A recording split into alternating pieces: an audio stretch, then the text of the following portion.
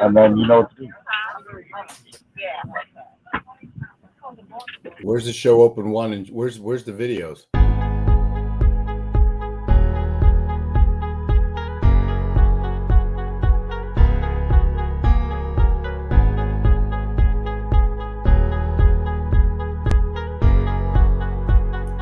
Where do I see show open two?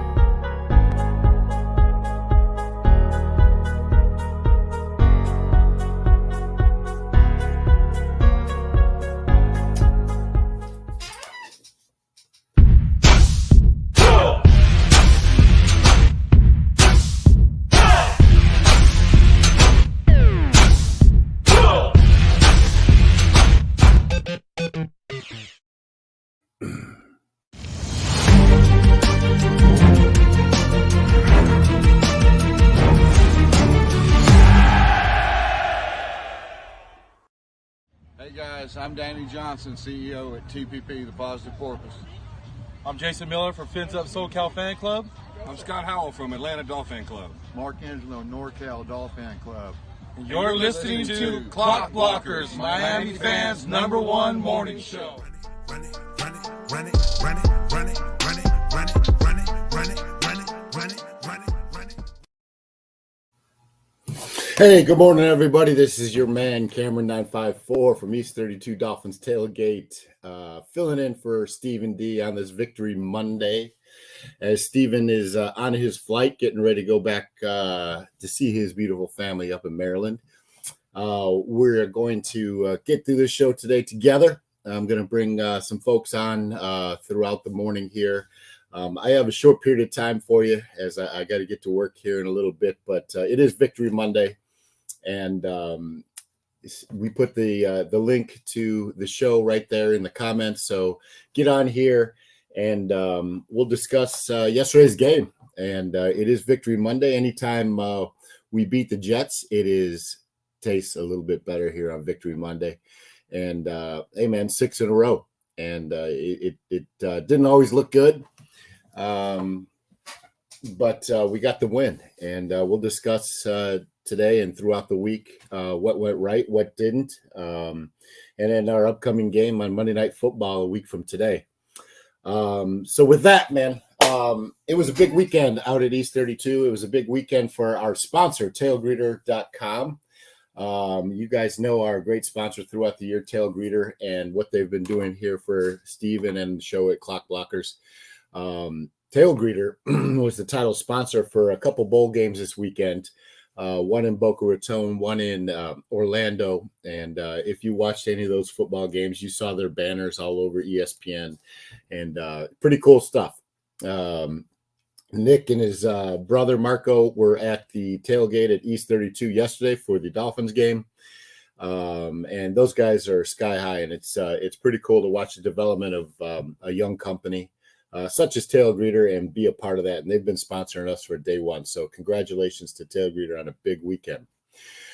My 2 cents on the game, man. Number one, the tailgate was great outside of like a torrential downpour about 9 o'clock in the morning that really put a damper on things for about 10 minutes. But after that, the skies opened up beautifully. The sun shone on, and we had a great morning. Steven was live streaming from East 32. We had some good things going on. I got a couple guys down the Dizzy Bat there, and we had a good, fun time. Hosted a bunch of Jets fans. It was the best part of their day, obviously, at East 32. And then getting into the game, man, it was obvious to me. And I'm going to ask everybody for their 2 cents as we bring people on. What they thought went well yesterday, what they thought was the negative parts of the game, and just whether they expect going into this Monday Night Football game. I'll give everybody that I bring on the panel a couple minutes, and then we're going to try to get as many people up here as possible and give your 2 cents and give everybody a platform to talk about your Dolphins. But I'll start with mine. And then I'll get Pamela on here, and whoever else wants to jump on, hit that link in the comment section, and I'll get you on here this morning. But it was obvious to me that the Dolphins came off a bye week, and I know they didn't practice a whole lot because of the COVID ramifications going on. Players on the COVID list, off the COVID list. I know they didn't have full workouts throughout the week. They had a couple walkthroughs, and it was pretty evident to me that there was a lot of rust. Timing was off. Players not getting into the sets, unnecessary penalties, and to me that's something you'd expect not of a playoff caliber team. So my expectations were a little better, higher than what I saw at least through the first quarter and a half from that Dolphins team and a Flores coach team. That said, that was pretty much all the negative I saw. The Tua didn't come out really well. He was kind of off his game, missing some reads, and that pick six to me was really hurtful. And he could have thrown the deep pattern out. I think it was Parker that was shedding down the sideline. But that said, he came back and drove the team in the fourth quarter. I think this team looked really good. The offense was eating up a lot of clock. Duke Johnson, we'll talk about him here in a second, had a phenomenal day. And as you know, I'm wearing my Canes gear because it was a Canes day all day yesterday, both for the Dolphins and the Jets. But Tua did lead the team to a game-winning touchdown. That slant to Parker into the end zone, I think, was an awesome cap to a great drive. A game-winning drive that really this team needed, and shown that they're a better team obviously than the Jets. The defense, I think, was flying around the field in that second half. Did a good job forcing Wilson out of the pocket. Now listen, Wilson's he surprised me with his mobility. I think he's a lot better on his feet than I ever thought he was. I didn't really study him a whole lot coming out of college, but man, that kid's mobile. And it looks like he has some good eyes and makes good reads. So, he's going to be a good quarterback a couple years down the road, I think. But our defense really pressured him a lot, which, the Dolphins defense does, where we show the most pressures in the NFL. I think we pressure and blitz 55% of the defensive plays. And it showed, it got to him. And we just, wore down the Jets' offensive line. Our defensive line did a good job of containing the run game in the second half. And, it was a good overall win. I think a dub's a dub, no matter how ugly it is or how clean it is. And we got 6 in a row. And coming up to this Monday Night Football game with the Saints, I think on paper the Dolphins are a better team. I think we have a better offense, especially with the emergence of Duke Johnson. If we get Phillip Lindsay back, I think it'd be a great 1-2 punch. Listen, Gaskin had 10 carries for 54 yards yesterday, so he contributed as well. So that's something that I think we need to look at as an improvement, and something that could carry us through the rest of the season is a reliable run game. That's something we couldn't have said 4 or 5 games ago. So enough of me, man. I'm going to bring on my girl Pamela here. Hello. Good morning, Pamela. Good morning. I'm all right. Man. How are Thanks for you? being good. A little tired. It was I'm run down a little bit.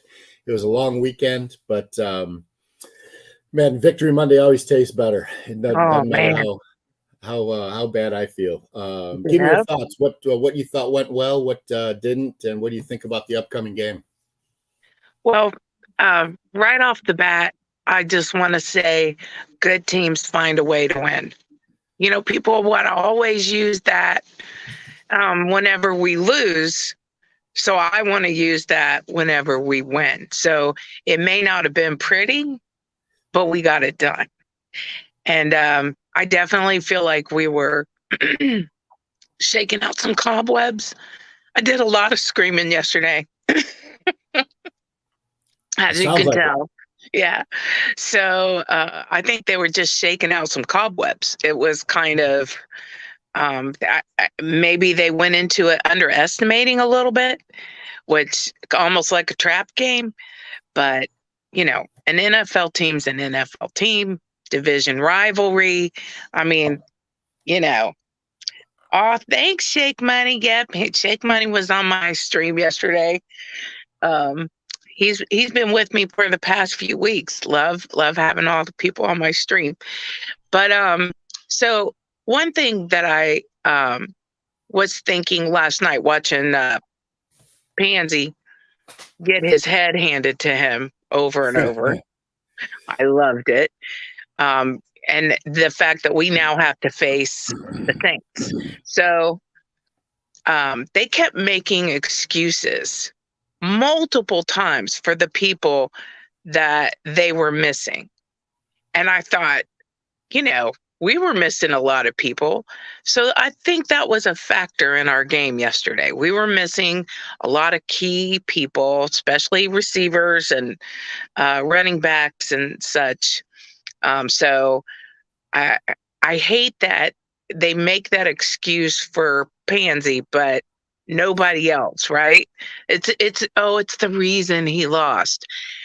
But I also wanted to point out, did y'all see him go over to the sidelines of the Saints? Yeah. Like, yeah, yelling at the coach. Yeah. I mean, wow. Does that guy just think? I mean, he's such an ass. Okay, swear jar. Sorry. Well, Pam, we all know where our hearts sit with Tom Brady, that's for sure. But what do you think about the Saints, particularly the defensive line of the Saints? I think, knowing our offensive line and the struggles that we've shown with the offensive line throughout the year, that's what scares me the most next week.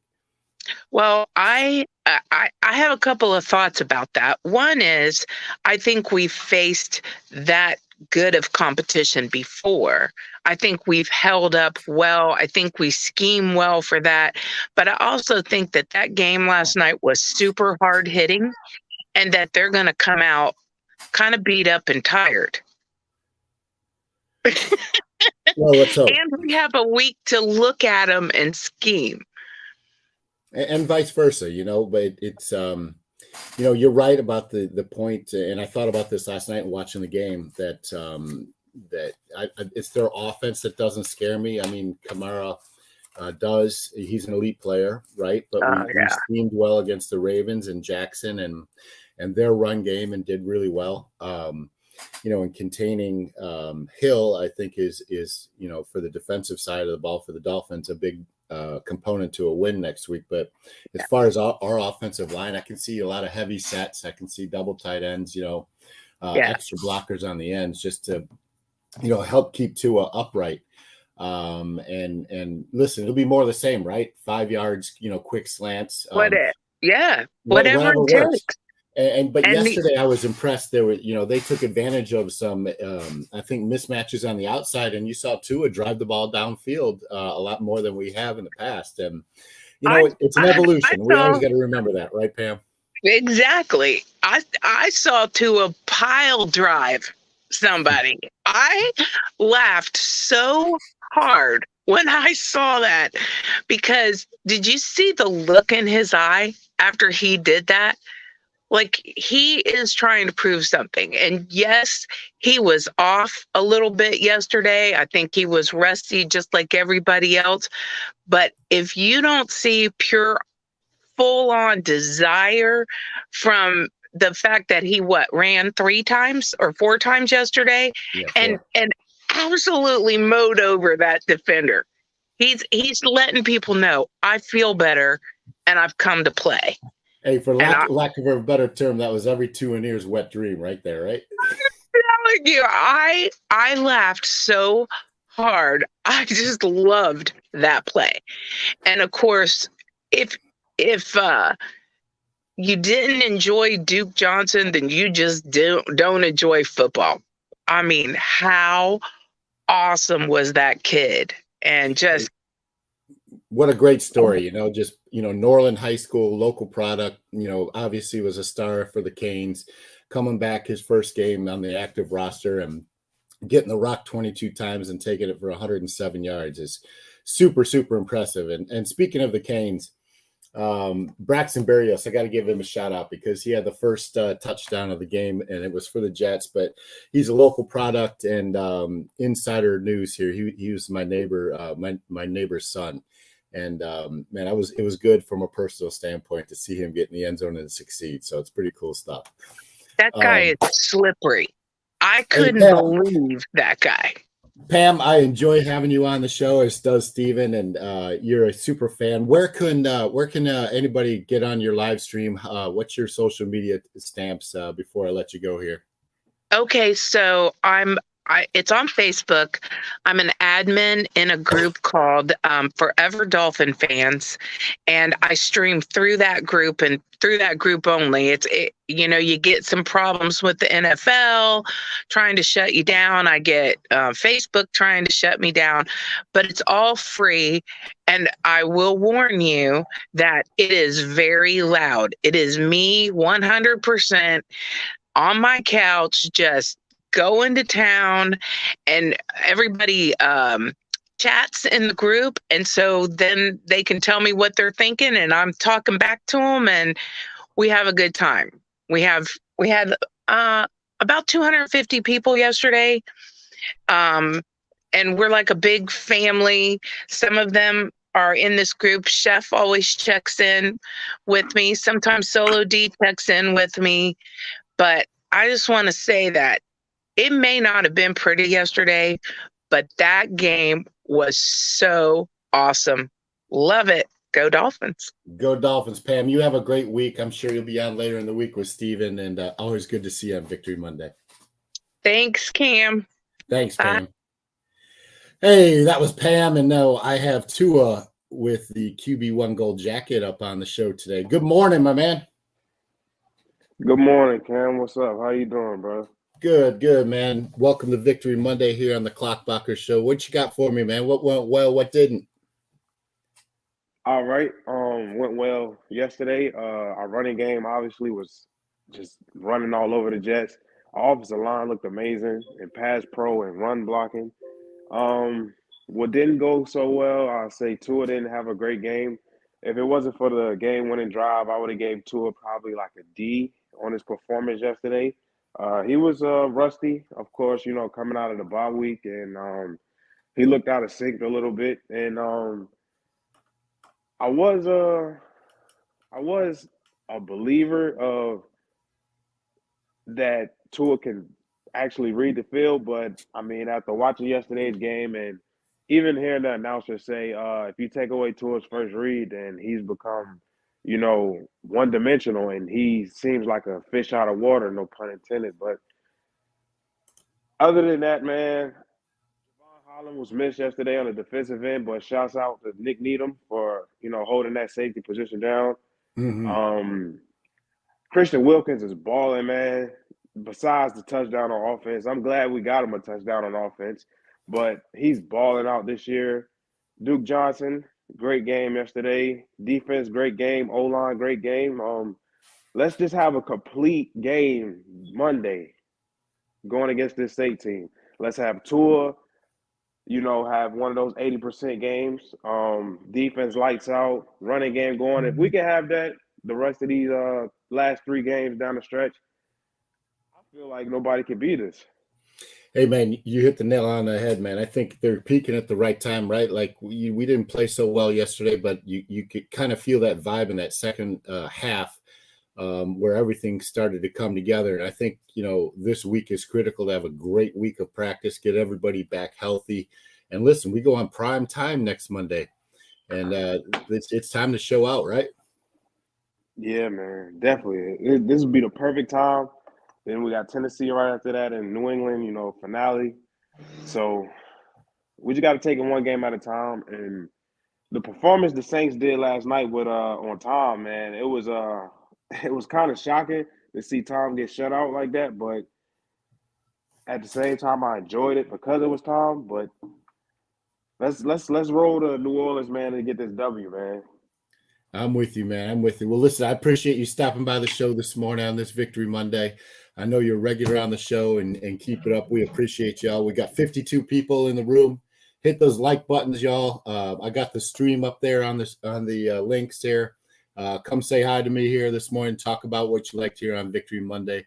Tua, QB1 Gold Jacket. I appreciate your time, man. Have a good week. No problem, man. Y'all have a good day, man. Let's go Dolphins. Right. Take care. All right, that was 2 of QB1. I got Russell, man. Good morning, Russell. How you doing, brother? Good morning. How are you, Cameron? Hey, good morning, Russell, man. I appreciate you coming on here. You know, Steven is in the air right now. Just took off on his plane back home, man. But it's Victory Monday. We still got to roll the show. How you doing? Oh, I'm doing fantastic. This was, I think this was a coming out game for Duke. I think he has earned the running back one role. I think Tua had a very average game. He the whole team in the first half came out flat-footed. You could tell they came off their bye week. They had a slow start. But here's the thing. You can tell this is Tua's team because even after him making mistakes, his team rallied behind him. They came back and they pulled out the victory, and that kind of speaks not only to the team but to Tua. A lot of people were giving him crap over this game. I knew it was going to happen. I even stated on Twitter that the Tua haters would be out in force today. Man, this was his 19th game in the NFL. It takes time, and everybody keeps talking about the flashes. Well, and he needs to have consistency. I understand that. I agree 110%. But with that consistency, I've noticed that the flashes are happening more and more frequently. The offensive line probably had their best game. I give them a B+ grade. I was really impressed with the run game. Duke was a monster. I don't think there was a single player in the NFL who could have stopped that game yesterday. Our defense was absolutely phenomenal. Christian Wilkins. That man is not a Pro Bowler. That man is an All-Pro. That man has arrived. I think he is going to continue to even get better. I don't even think that we have, seen his ceiling yet. He is producing on offense and defense. And when you have a player like that that can do both things and actually be productive, that makes them that much more valuable. They need to lock him up, lock up Ogball, and make sure this defense stays intact because I feel like, honestly, we're a true middle linebacker away from being complete. Russell, you hit on a good point there that it's not only Christian Wilkins, but that whole defensive front. Zach Seiler is there. Zach Seiler's a beast. He had a good, that's another one that I failed to mention. You're right. That whole D line is amazing. Raekwon Davis isn't no joke either. We need to keep Ogball. He batted down another pass. He is continuing to prove why he should be paid. This D line, I'm going to say, is top 3 in the NFL, in my opinion, right now. Simply behind Tampa when they're healthy. A healthy Tampa D line, and the Rams, when they play right, they put it all together. So I would say we're number 3 right now with the way we stand. Yeah, we're playing some really good upfront defense, and it's showing, and it's putting pressure on the quarterback. It's containment, and they're doing all the right things right now, limiting run games, at least in the second half yesterday. I couldn't agree with you more. Real quick, Russell, before I get some of these others on, it's interesting to me, the Mike Gesicki dilemma. I call it a dilemma now, right? Because he is obviously a top 5 tight end in the league, top 8 tight end in the league, and he's going to want to get paid like a wide receiver because really that's where he lines up. Yeah, I'm hearing he wants $15 million a year, and I don't know exactly what you were getting ready to ask me, Cameron. I don't mean to cut you off, but I love Gesicki. I have his jersey. I'm a huge Gesicki fan. He's one of my favorite players. I do too. He doesn't fit on this team anymore. Because I feel like ever since that Ravens game, something has changed, and I don't think it's just in Gesicki himself. I think it's the way that we use him. They're not really giving him a lot of opportunities, but when his opportunities have been called, he hasn't really shown up every time. He's dropped some passes here lately. He had a good catch yesterday, but it's been very inconsistent since the Ravens game. And I think that they have learned that they can live without him. With that being said, I think he hits the free agent market. Yeah, I agree. You can kind of see the play calling, to your point, go that way. Hunter Long was on the field for more snaps than than anybody else outside of Gesicki. Gesicki was targeted 5 times yesterday. So you kind of see, the writing on the wall, right? Absolutely. It sucks because I love that kid, and I think that he's going to be amazing wherever he goes. And it sucks that we're most likely not going to get any compensation from this. No, we will. We will. I hope.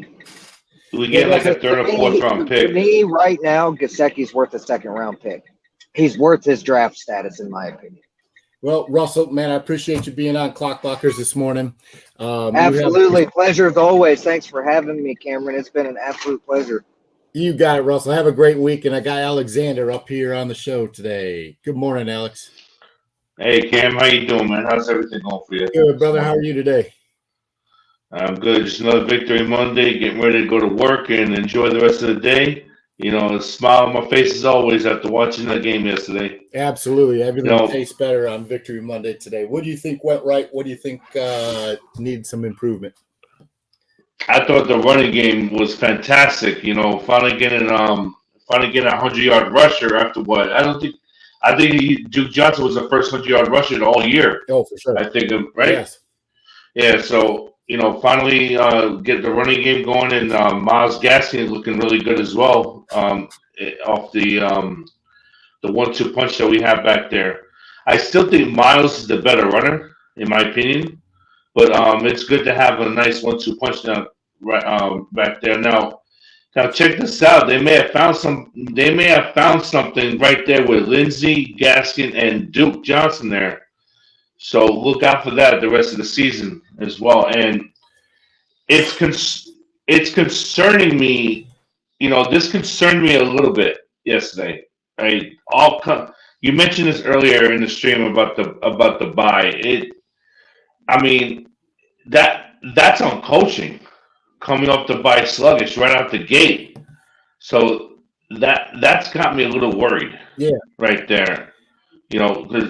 Yeah, I agree with you. And then I expected more out of a Flores coach team, especially coming, from the Belichick tree and knowing how disciplined and focused and how they write their game plans. But I also, I don't know if I'll give them the benefit of the doubt because there were a lot of COVID distractions or what have you this week. But coming out of the bye week, I need to see a sharper team.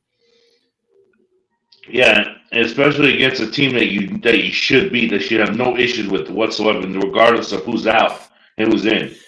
I understand. Yes, it's a division game. I get that. Alex, how about some of those backyard plays, man? Those flea flickers and man, it's someone on the radio broadcast that's like, go to the blue car and turn left, ball will be there. Like that's the kind of plays the Jets were drawing up yesterday. It's funny. I thought that was a back. I was screaming from my seat on one of those plays, and I'm thinking, isn't that a backwards lateral right there? I mean, where's the flag on that play? But hey, that was pretty crafty. I give him that. That was crafty, and then Braxton Barrios. I think he was actually going to pass that ball to begin with in the goal line before he realized it could take it on the outside. So. I've always been a big fan of Braxton Barrios, even when he was here in UM. And I wish we could get him. But another thing that's concerning me is Tua's throwing outside the numbers. That pick 6 got me worried a little bit. He must have lost a lot of arm strength with that hip injury, and I don't know if that's something that you need to pay attention to moving forward, but. That's got me a little concerning. To me, it wasn't so much about the arm strength on that throw and driving it to the sideline. Is that he stared down that route? He stared down the receiver. Yeah, like the cornerback made. He's reading to his eyes the whole way. Like I'm pretty sure you and I could have made that interception. Like everybody in the damn stadium saw, where Tua was throwing that ball. And like I said, I think it was Parker that was flying down the sideline. If he had pump faked, to the sideline and just lofted it to down to Parker, he would have been streaking down for a touchdown. And it's those kind of reads that I think we can identify Tua as still developing. Let's put it that way. Yeah, I agree. And another earlier in the game when he threw that long pass to Wilson, he had Wilson beat his man. If he would have thrown it earlier, that would have been a touchdown, though, in my opinion. But I mean, that's again, that's something that's gonna. I think, in my opinion, he's gonna get better with proper coaching. Down the line, that's something that That's a Tannehill type, though. That's something that Tannehill would have done. Because Tannehill has always been the kind of quarterback that will stare down his receiver throughout the entire route. But, I mean, go ahead. Hey, real quick, I want to give a shout out to Eric Carrier, man, for the donation. Thank you, brother. He's up there in New England, I think, Fall River, Mass.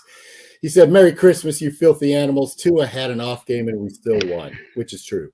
Look at these other top QBs and that have bad games and lost. Let's not lose our mind. Listen, Eric puts this in context. We just won our 6th game. We're 7-7.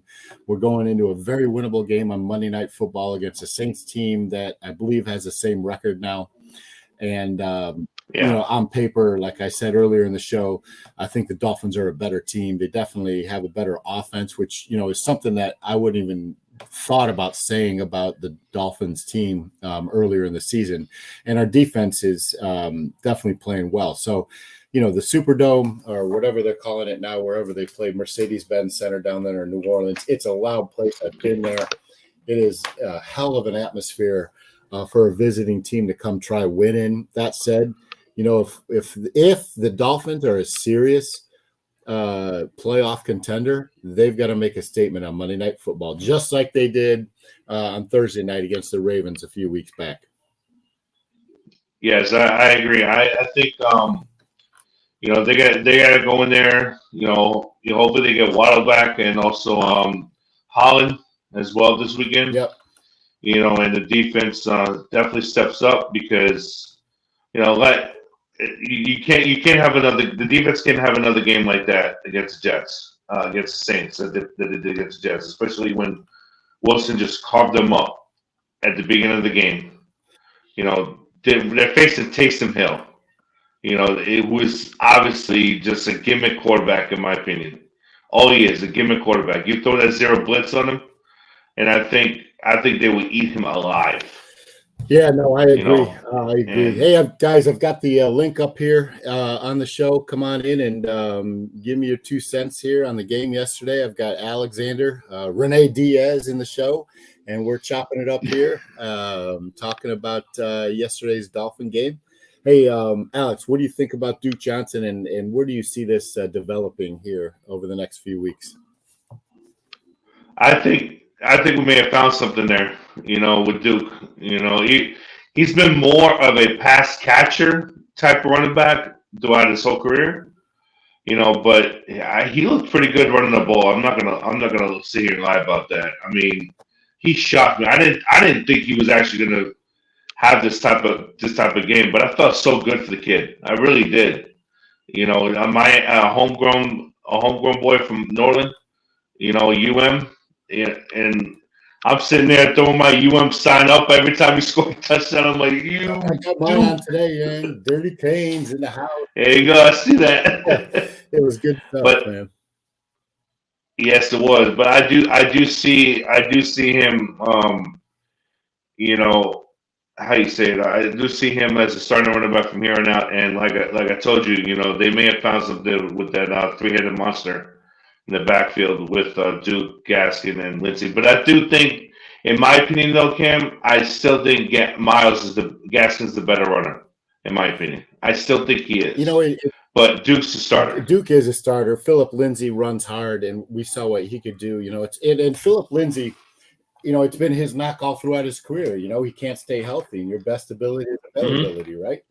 Duke Johnson, yes. I think, had some good seasons up in Cleveland, and he showed that, to your point, he catches the ball well out of the backfield, and he's a good off-tackle runner. What he showed yesterday was running up the middle, through the guard and center positions. And, that surprised me. He ran the ball hard and he was shedding tacklers.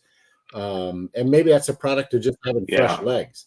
And who knows, maybe that was kind of the game plan all season long. Who knows, what Flores and Greer have up their sleeve. But to your point, I think Duke Johnson, at least in the very least, has earned the opportunity for more carries next week. We'll see who gets healthy. I think the complement to your point of Duke Johnson yesterday with Myles Gaskin was really strong. Granted, we were playing a weaker defensive front in the Jets, but they'll have the Dolphins will have their work cut out for them. Next Monday night with a much far superior, much better defense, defensive line in the Saints. It'll be my bad to cut you up. I'm sorry. No, go ahead. I was gonna say is that I still can't believe that New Orleans shut out Tampa last night.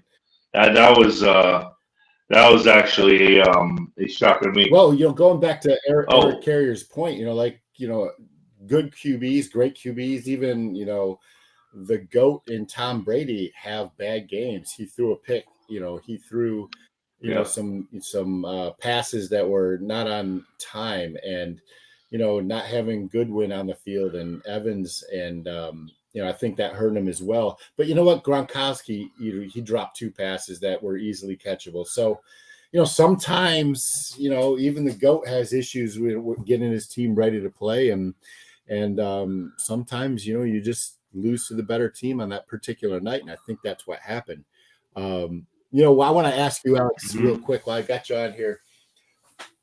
Earlier in the season, during the 7-game losing streak, we were calling for Greer to be fired. We were calling for Flores to be fired.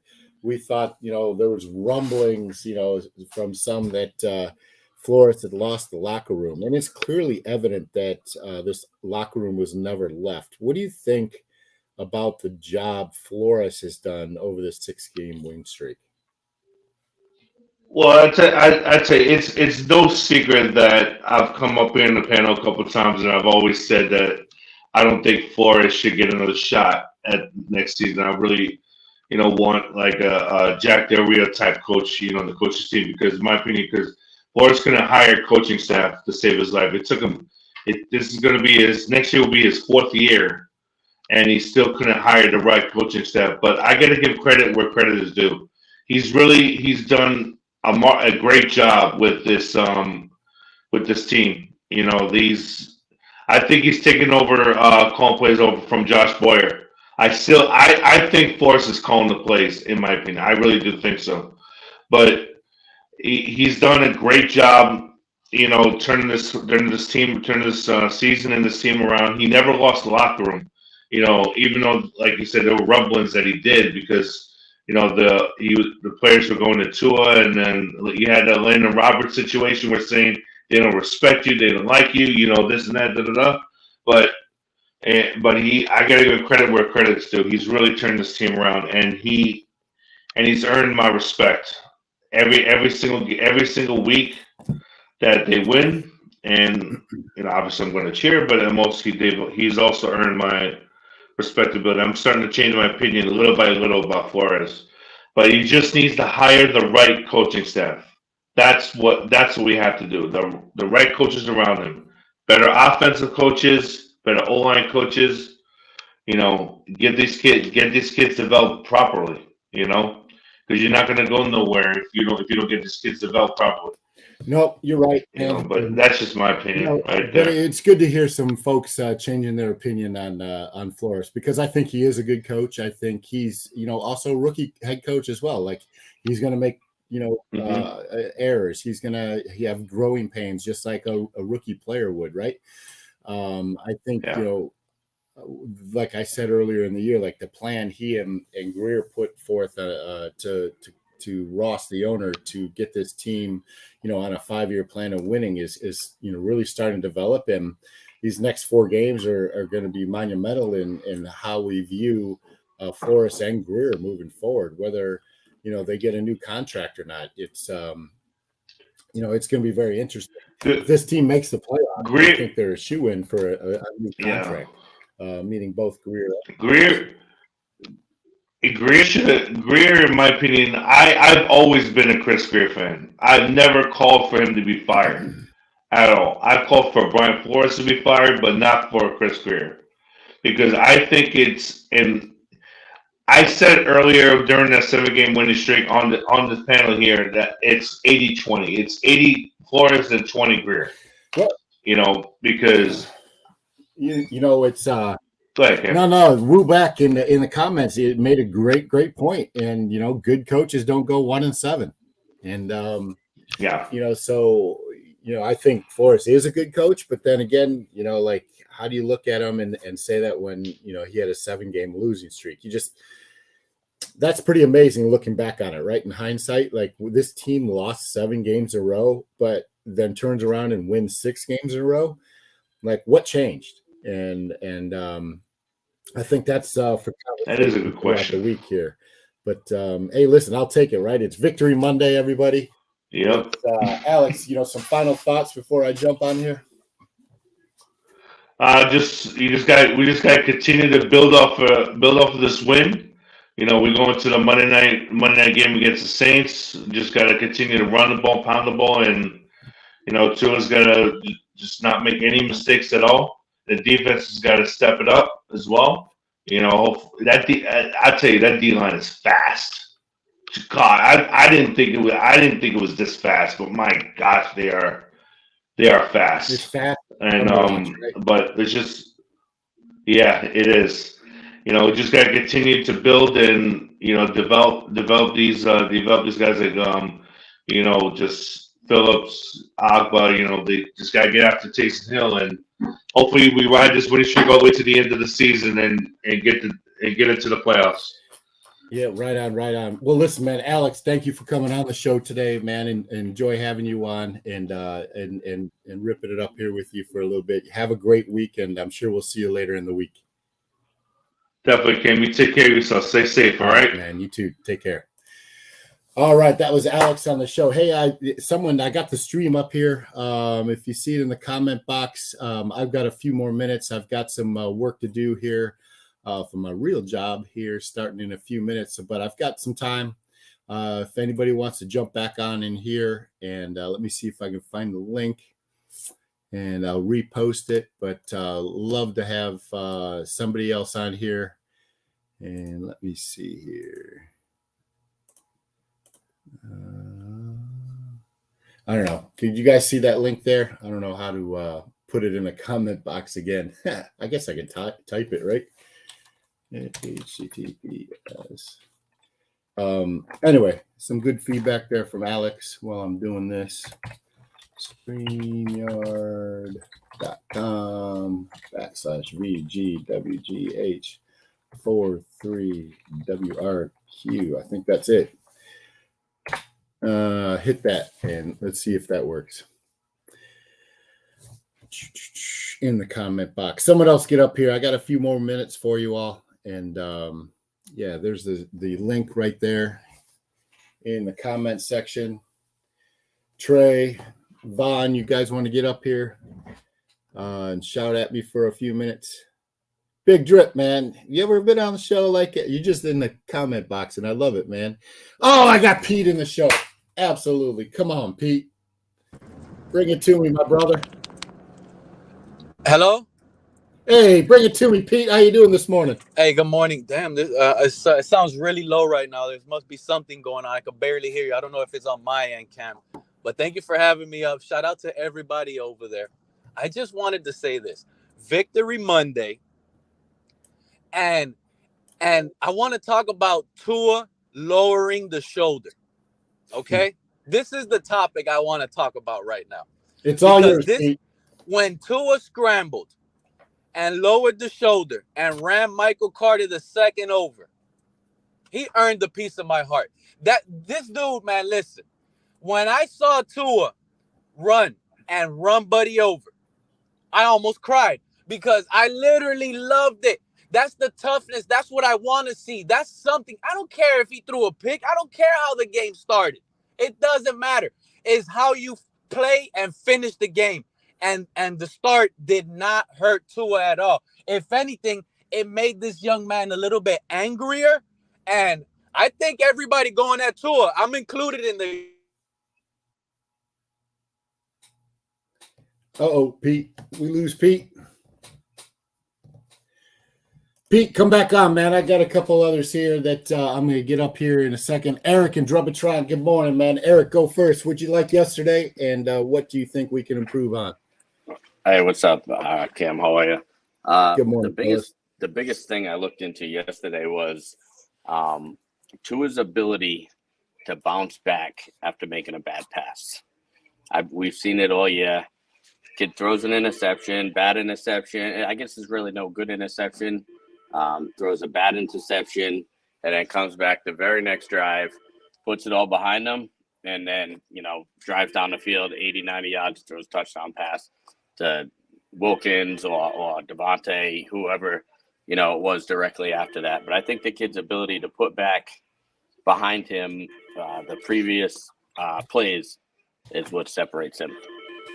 Yeah, no, that's a great point, man. He did a good job of just, throwing that pick six out of his mind. It was an ugly play, but you came back, and that fourth quarter, those two drives that they have where they ate up chunks of time with, both good passing and Duke Johnson and Gaskin running the ball. I think, man, that really excited me and showed, what this team could do. Yeah, for sure. Yeah, it was nice. What do you expect going into Monday Night Football next week? Listen, I think the thing we got to look into is going to be how our offensive line plays. That defensive front for the Saints can really get at you with Cameron Jordan and others. They really get at the quarterback. So it's going to be on Jesse Davis on that side. As bad as that could turn out, but you look at you got to contain Taysom Hill, because if you watch last night's game, he didn't hurt them with his arm. Yeah, he made one or two decent throws, but he's not a throwing quarterback. I think you need to take the defensive game plan that we implemented against the Ravens and almost mirror exactly how we contain Lamar Jackson is what we have to do with Taysom Hill tomorrow, and make him use his arm instead of his feet. And getting Javon Holland back next week is really going to help, because I don't know another safety in the league that likes getting at the quarterback more than Javon Holland right now. Yeah, he's an exciting player to watch. And I'm kind of surprised that, people aren't talking about him more as defensive rookie of the year, at least in the conversation. We all know Micah Parsons is on another level. But Javon Holland definitely needs to be in that conversation along with Patrick Surtain II out there in Denver. Hey, listen, Eric, man, I got some other guys to get in the show today, but yeah, for sure. Jumping on quick. You have yourself a great week, and enjoy your Victory Monday. Absolutely, bro. I love you, kid. Merry Christmas. All right, man. Take care. Drubitron, we got you, bro. Hey. How's it going? Good, Drub. How you doing today? I'm doing great today. Yeah, Victory Monday. Right? It's Victory Monday. Man, you would think that we lost yesterday with some of the craziness, people talking on Twitter. I mean, that's to be expected, right? I feel like we have a very unique fan base in that way. But I was I know a lot of people have a lot of negatives coming out of this game, but man, I have a lot of optimism coming out of this game, because we saw from the defense and the offense that they can come back against a bad team. I'll admit it. The Jets, they shouldn't have had to come back against a team like the Jets, but they came out really slow. The defense looked awful. I mean, they made Zach Wilson in that first half, they made him look like Patrick Mahomes, the way he was running around and scrambling and getting the ball out. But they came back in the second half. They turned it around. They shut him down. I mean, literally just he was unable to really get anything done in the second half, which is what we should have seen in the first half. But and then, on the other side of the ball, Duke Johnson, that is a bad man. I mean, when he runs with bad intentions. He's looking to make you look stupid. Gaskins even showed some signs of, that he was able to find the hole here or there too. So I have a lot of optimism with the running game, even though the offensive line played okay. They played better, I think, yesterday than they have in the past, but still a little sus. Lots of offensive penalties on the offensive line that really cost us. That really kind of stalled a couple drives. And then I guess the last thing I'll get at was, Tua. A lot of people, are knocking Tua. QBs have bad days. You look at the past 4 weeks, Tua has been very good. But you know what? Everybody wants to talk about it like, they want to sum up the game as a whole by, looking at stats or something. But you have to give credit where credit is due. Tua came out slow. His ball placement was awful, terrible. But he came back in the second half. In the second quarter, too, he started to kind of pick things up and get a rhythm. But he really came back, and good QBs can make mistakes and still come back and fix it. And Tua in the second half, he had the I'm a Miami Heat fan too, and I remember when we had LeBron here, and I don't watch LeBron so much anymore, but LeBron would get that look in his face when that he was going to come back and he was meaning business. And Tua in that second half had that look on his face that he said, "This is my team, and I'm going to carry this team forward." The defense stepped up; they did their job. Tua in the second half did his job. He had the little wonky interception on the comeback play, but when he dropped his shoulder, like Pete said, man, and he just, flexing on the defenders, you could see that he was there. He was going to push this team. He was going to be the motivator of this team to get this win. And they did it. They came out, they got the win. And at the end of the day, win's a win. The Saints are going to be tough, but, the Saints have also been exposed by worse teams. So I have optimism going into this next game that hopefully they got the rust knocked off, and next week we're going to get back all of our guys. We should have Waddle back. We should have Holland back. So we'll see. You said a whole lot of good stuff there, and a couple things I want to expound upon.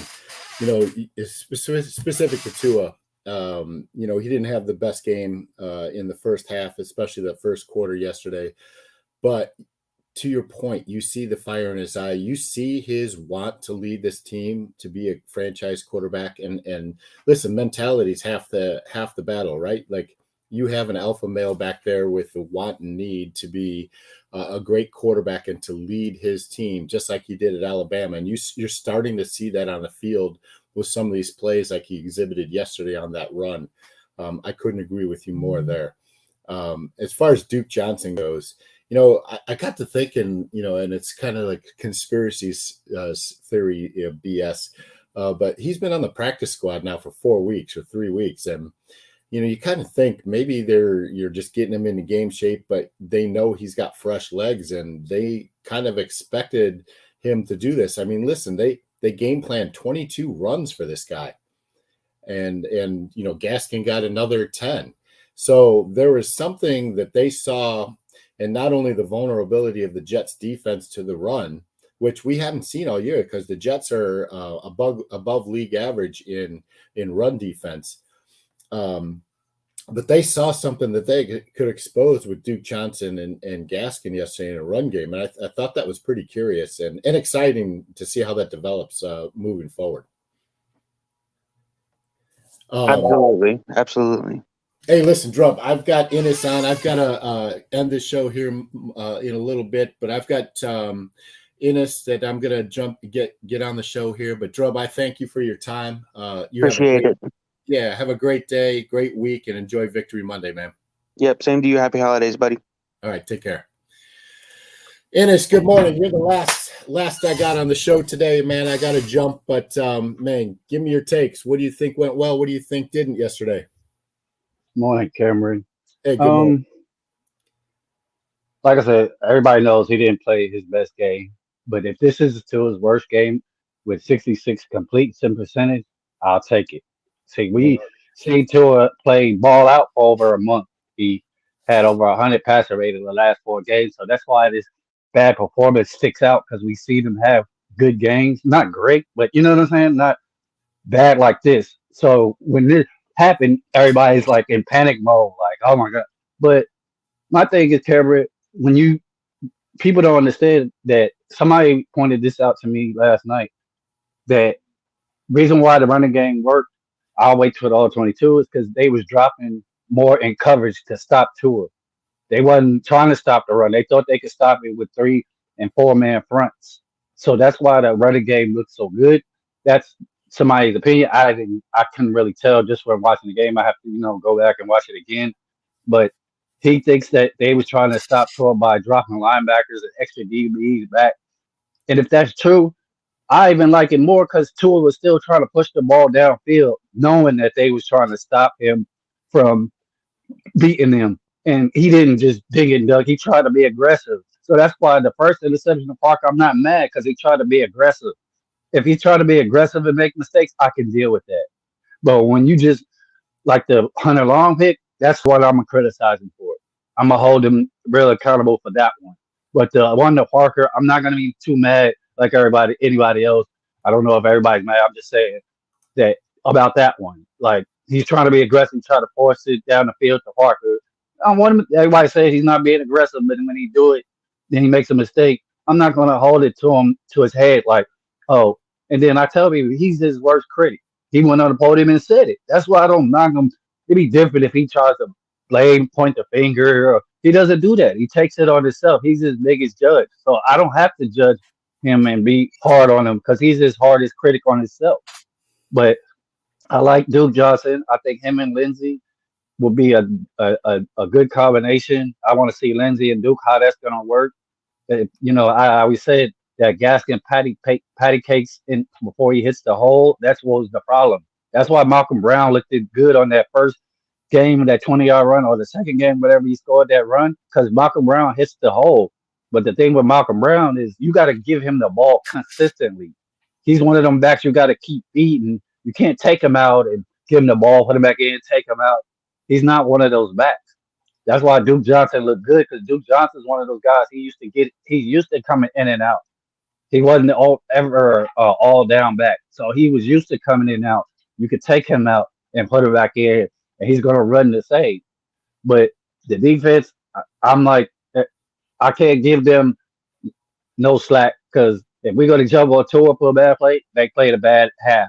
So we got to call it what it is. Y'all played the first bad half. The offense played the first bad half. Intuit didn't have a great game, but to me, it was a team win. And we're not used to seeing that type of comeback win. Usually we're like, oh, it's over. Like a lot of people panicked in the first half. Like me, I knew it was rust. Like we was off for 2 weeks. Like, you know what I'm saying? Nobody's gonna come out sharp after being off and then COVID hits and you can barely practice. Like I look at everything. I'm just one of them. I don't jump down the team's throat because they have a bad performance. Like look at Tom Brady last night.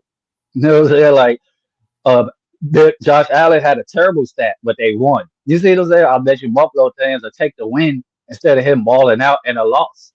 Yeah, absolutely. Like, what are we talking about? We want Tua to ball out and a loss, or we want the wins? I want the wins. I don't care how it happens. And you're absolutely right, man. It's all about the wins, man. Like winning ugly, like it's a thing, man. And you got to remember, like someone said earlier in the show, it's his 19th game. Like, he's technically still a really young quarterback. I can't say rookie anymore because it's technically not a rookie, but come on.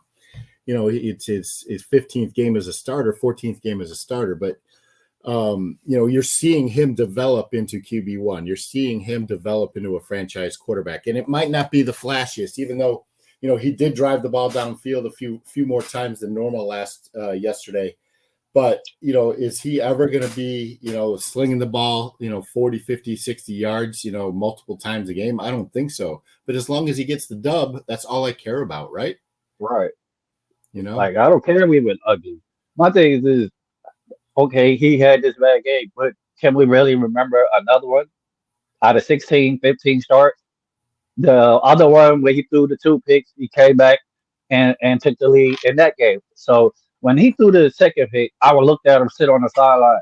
Most quarterbacks look like they be defeated, like they let their team down. He didn't look like that. He went right back out there and put it to the floor like I'm going to get this. I'm going to make this mistake back, and he did. Like that's what winners do. They have short memories, right? Right. Hey, listen, Ennis, I appreciate you being on the show. I got to wrap it up because I got to jump. I did Steven a solid this morning and hosted y'all and at least got everybody a little bit of Victory Monday taste. But, man, you have a great day. Enjoy Victory Monday and have a great week and happy holidays to you and yours, man. Okay, you too. Tyrone Hall. What am I getting mad for if he makes a mistake? He's human. But thanks, Cameron. All right. Shut Take up, care. clown. Have a And great comment. day. All right. Hey, everybody, listen, man, I got to wrap up the show. Unfortunately, I'd love to stay and rap with y'all all morning long, but work calls and I got to get some stuff done to pay the bills. You know how it is. But listen, it's Victory Monday. Everybody enjoy today. Enjoy the week. It's hopefully everybody here is surrounded by friends and family and feel the love over this Christmas holiday season. I will see you again later in this week, probably with Steven. Anybody that's going up to the Titans game for the Nashville Tennessee Titans Dolphins game, I will be there throwing down with TPP and Danny Johnson and doing my best to cook up some good barbecue for you all on January 2nd when we roast the Titans. That's going to be pretty dope. So hopefully y'all are coming up to Nashville for that.